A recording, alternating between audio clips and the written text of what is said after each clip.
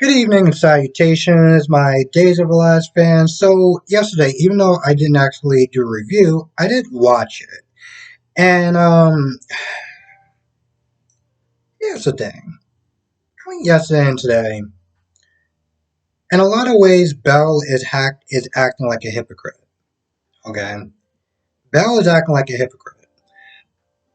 A really good subscriber named Shakira, hope I'm pronouncing her name right, sent me a video. This is the video when Bella confessed to cheating on Sean with Philip. Okay? Like just straight up cheated.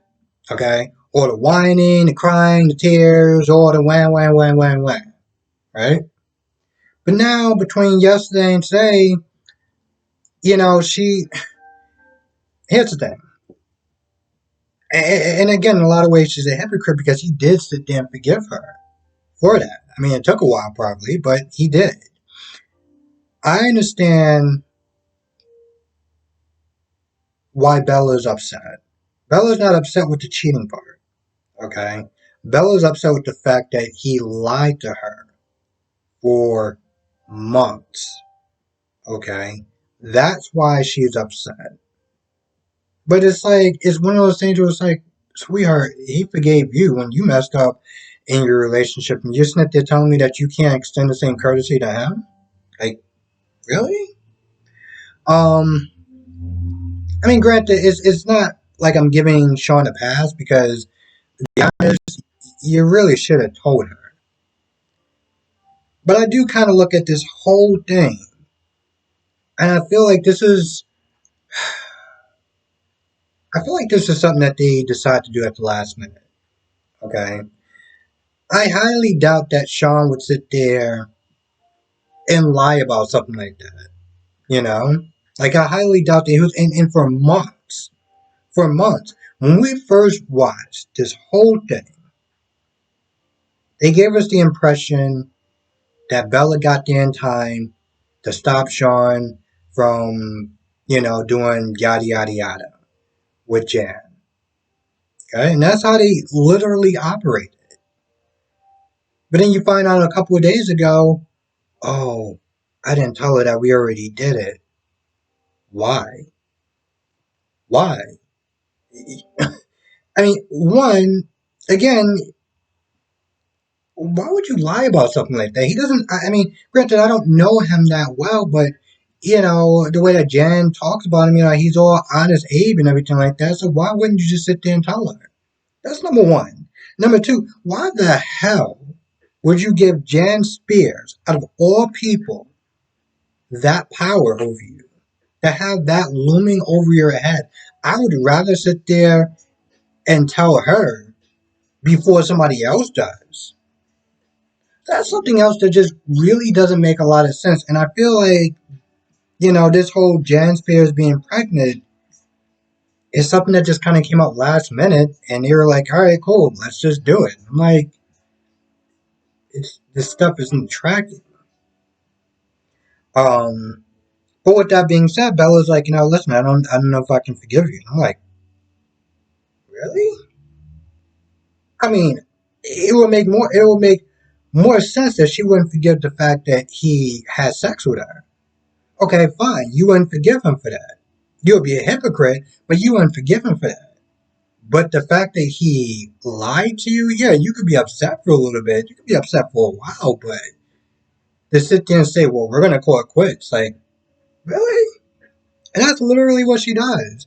And so Sean goes and talks to Jan, and Jan is all delusional, and Sean is like, we're gonna do a test. Let's take a paternity test. And she's like, no, I'm not doing that. I'm not gonna do anything that's gonna be invasive, that's going to do any sort of harm to the baby. Now, at first I was like, I'm sorry, what? You just no.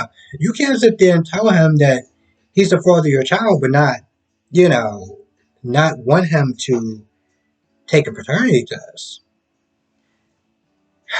Here's the thing. As much as I don't like Jan Spears, and I don't like Jan Spears, what happened to her I would not wish on anyone. And so with that being said, she is hypersensitive to anything that's going to cause harm or have a miscarriage or anything like that. And given their history, I can 100%. I totally understand where she's coming from. Um, which is why she didn't even say anything in her first, when she first found out. So I get it. I get it. But Sean was like, "Oh, there's a new way, and all you need is, like your saliva and blood and my DNA and your DNA, and then that's it." So she's like, "All right, cool." Sean's like, "Wait, really? Okay?" So he gets back. Now, granted, when he walks back into the room, he sees EJ hugging Bella, and I'm gonna be honest. You walk into a room, your significant other is hugging somebody else. Yeah, yeah, it goes without saying how you're gonna feel. So EJ's like, "Hey, listen, if you need anything, I'm here. Just call me." He leaves. And, Sean's like, "Well, I talked to Jan Spears and she agreed to take the test." And Bella's like, "It's not a bad thing because if she's so willy nilly about it, then she's that confident. There's a good chance that the baby is yours." It's like, "Well, we still got to wait and see." Surprise, surprise, he gets the ball. It's his. It's his. What I don't understand is that when he was talking about, Belle was like, "Listen, even if the baby's not yours, that doesn't change anything. It does not change anything. Like, I still want to varsity. The only thing that would do, the only thing that would do, is announce to Claire that she has a half brother. That's it. Other than that, it changes nothing about how she feels. I mean, well, that's not true. I mean, her position still stands. It still stands. Um, Probably the baby is just going to probably add to that, though. If it is his, and it's like, yeah, I'm definitely not going to forgive you then. I think it adds to it, but it didn't really change anything. Like, she was still on the position of, even if it wasn't his baby, she was still in the position of, nah, I'm good. And again, I find that to be um, harsh. You know, like, really?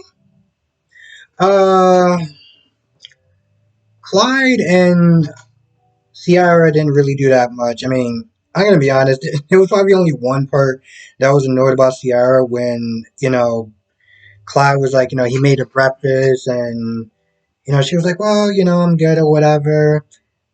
And he was like, no, no, no, I want to sit there and try to, show you I'm a changed man or whatever. I don't understand how you're gonna do that by making a breakfast, but whatever. She's like, all right, I want some scrambled eggs. He makes it and everything like that. She sits down. She's like, you know what? I'm not really hungry. I'm sorry, what? This man was literally slaving over a stove because you said, okay, cool, I'm good, and now you're just like, I'm not really hungry. I mean, granted, she did apologize for him going through all the work, and he was like, nah, nah, it's cool. I don't know if I would have been so. I don't know if I would have been so forgiving, that fast. But and Clyde wants to then try to make up, and he's like, I get it. You only did it because he kind of forced you to, and she was like, no, I did it because you helped us out, and she talks about the gender reveal party and everything like that for the baby, and at first she's like, no, it's dumb, and she talks about the party, and Clyde's like, okay, cool. So what time am I coming? And then she ain't say anything, so Clyde was like, well, you might not invited or whatever, but he wasn't invited because, who he is. He wasn't invited because, he was kind of making fun of it and said it was kind of dumb. Like, he talked about the plane and baseball bats and stuff like that. So he was like, oh, this is, he's old school. Um, but, she agrees to let him come, so, to the party. So that should be a party right there. Clyde just walking in with everyone in the room like, what in the hell is he doing here? Kind of reminds me of Jared yesterday. Hopefully, she does actually give them a heads up as opposed to TJ Just last minute, like, oh, by the way, I invited him here, without running it past anybody else in the room, or at least the two homeowners. Um,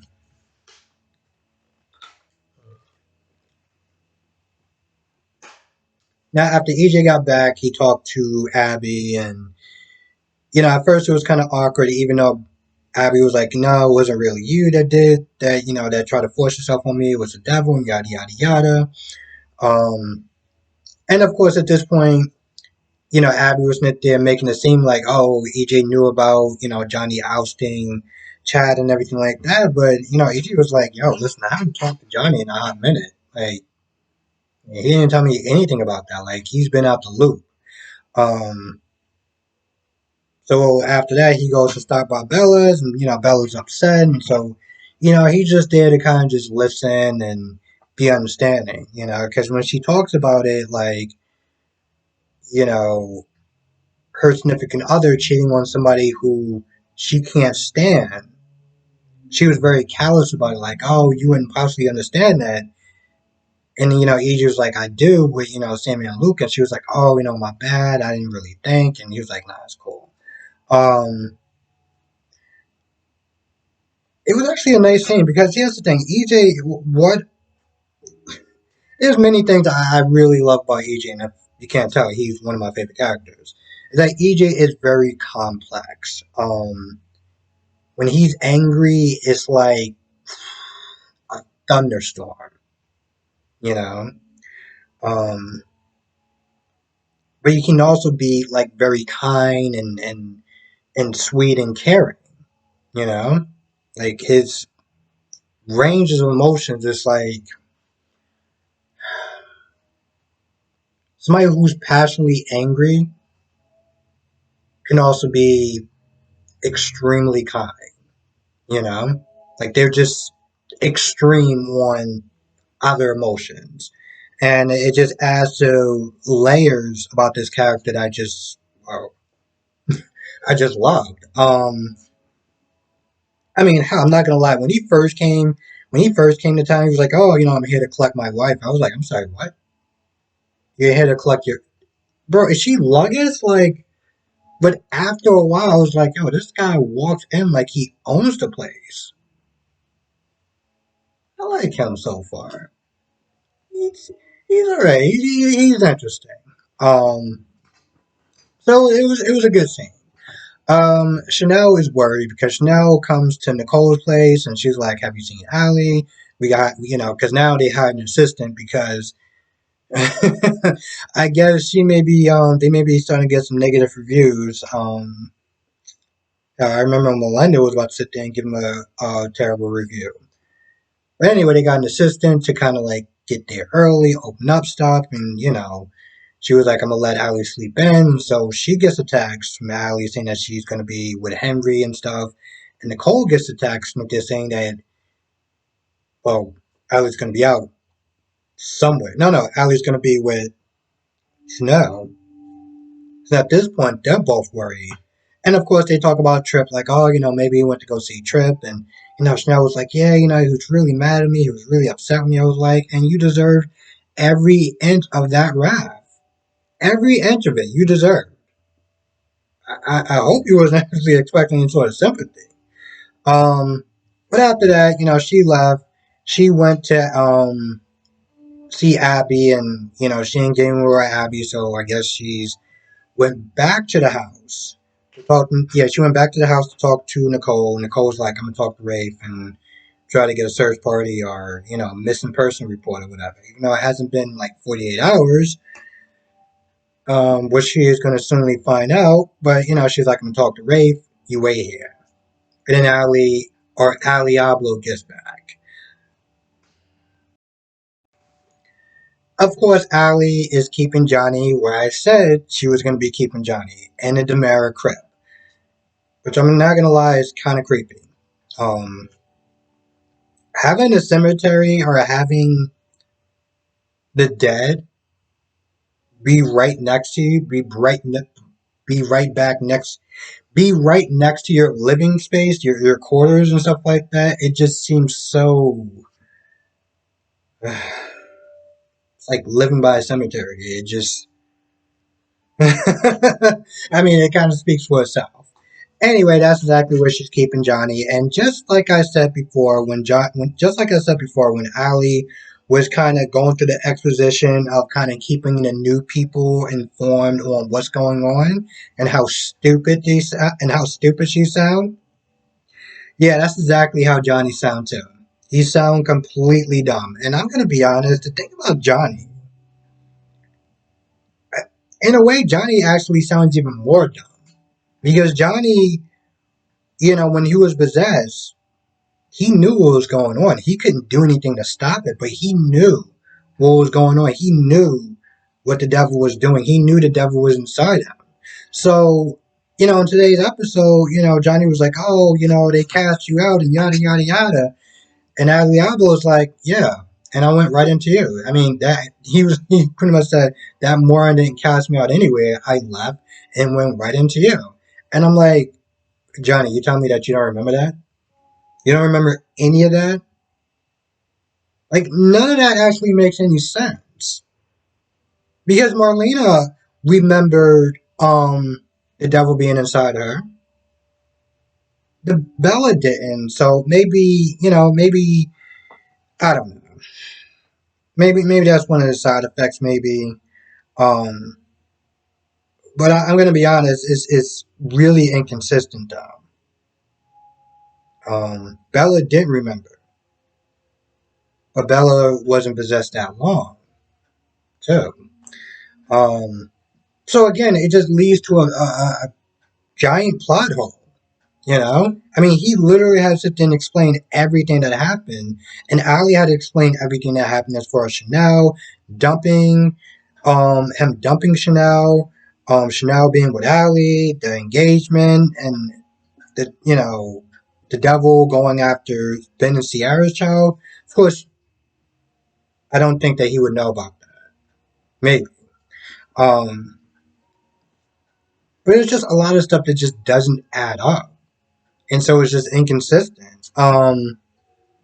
Anyway, after the devil pretty much just gives the exposition of everything that happened so far, the devil decides to leave. Um, Now there was one point where the devil was like, listen, I'm getting really sick and tired of this. I could just snap your neck right now and just be done with you. And of course, Johnny's like, no, listen, if you just go into somebody else, whatever, I won't say anything, yada, yada, yada. But then the devil's like, listen, I'm going to take care of Chanel. And then he gets all brave, like, no, don't you do that, yada, yada, yada. And I'm like,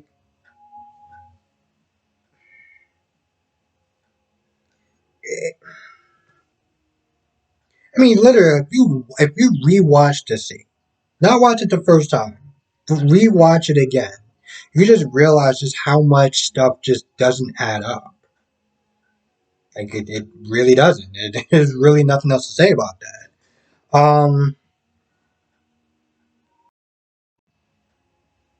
I don't know if I mentioned this. Allie did come back to sit there and see Chanel. Oh, now after Abby was sitting there talking to Chanel, she remembered the door being open, the window. Well, yeah, the door being open. Because when she went to close it, it was freezing. But then she walked outside. As she looked outside, she saw footprints, and she followed the footprints back into the Marrow crypt. Crypt. Also, where Johnny's being held at. Now, there's one point where she seems like she's about to open the door. I'm gonna be honest. I don't think that she's gonna open that door. I think somebody else is gonna come in, be like, "What are you doing?" Yada yada yada, and it's just gonna be another. I don't want to sit there and say deep fake, but it's gonna be another one of those fake outs. I really feel like it's gonna be one of those fake outs. I feel like that's about it. I really do. Um, you know, First of all, I want to thank everyone for their patience because yesterday, like I said, I got an hour's worth of sleep, and yeah, I was just hella tired. But I did actually watch it, and I'm gonna be honest. Yesterday's episode, I really didn't care about Rafe and Abe. I mean Rafe and Nicole, the Ava, Gabby, and Jake stuff was probably my favorite part. Because the fact that Gabby walked in and was like, "Oh, what are you doing? What are you doing with her?" Jake was like, "Yo, you kidding me? Like, you was literally about to just have sex on the damn conference table with Johnny, but you have the audacity to sit there and get upset with him. You're getting upset with the fact that, Ava was in his bed? Like, really?" And my whole thing was, when Jake said to himself, no, when he said to her that I never really felt like I was being me, the corporate life and stuff like that, I felt like I was doing it to appease her. Um, why didn't he tell her that? Like, yeah, he told her to get out and this, that, and the third, but all the stuff that he said to Ava, he should have said to Gabby. He should have said it to Gabby, and Gabby still wants to sit there and have him back. But I'm like, Gabby, you pretty much told Sonny that your attraction, your reason for loving him or being in love with him is because he reminded you of Stefano. And he's not Stefano. Now, maybe she still fell in love with him anyway, but it's like, boo, really? I don't know. I guess I'm kind of giving a mini recap or just my thoughts on yesterday's episode and stuff I can remember. And of course, Kate was like, she didn't want Clyde to work at the, Roman's pub, but, he was pretty much kind of put his foot down and was like, I'm gonna keep an eye out on him, yada, yada, yada. This is even after Clyde hit on Kate, which I'm just like, bro, she shot you. And I'm not gonna lie, there was one joke that he said about, oh, well, yeah, I only kidnapped the baby because, Ben was so lost and stuff like that. But now that, he's having a baby of his own, he was like, oh, well, he was simply saying, well, he doesn't have to sit there and kidnap any more youngins. I was like, I'm sorry, what? And Kate was like, you hear that, right? He was like, oh, yeah, it was a bad joke. But I was like, no, it wasn't a bad joke. That wasn't funny at all. Like, no part of that sentence was funny. And to be honest, if you really sit there and think about it, you're just kind of wondering, how did you actually manage to write that in there? And people, you had a room full of people that was just like, yeah, yeah, no, that's totally cool. And it's not to sit there and be super sensitive or negative Nancy or whatever you want to sit there and call it, but I feel like certain jokes or certain things that someone says is not appropriate on any level. Even him saying it as a joke and be like, oh wow, you say stupid stuff and I get nervous. I was like, no, there's stupid stuff that people say. And then there's what you said. And it even as I laid down and I watched it yesterday, I was like, really? Really? Here's the thing. I know I could not have been the only person that was just uncomfortable by that joke, even by joking standards. I guess it's just certain things that you probably just don't joke about, especially when it involves kids. It's like it's very important that you watch what you say, and even him saying that as a joke was like, no, that wasn't even no. That's like trying to make a joke out of or say a joke and use the R word in it. You know what I'm talking about? I'm not going to say, but you know what I'm talking about. It would never be funny on any level. Anyway, that's just my little mini recap of yesterday and, review of today. With that being said, I'm going to go. It was so much better. I don't know what the hell happened to me yesterday. Every once in a blue moon, I would just not be able to sleep. I would not be able to sleep. I would sit there and literally just lay in a bed and would not be able to sleep. And I didn't want to use the nuclear option. I'm not going to say what that option is, but we're all adults here, so I'll let you sit there and take a wild guess at what that is. Um, anyway, with that being said, I'm going to go. Thank you for watching. Be safe. See you in the next video.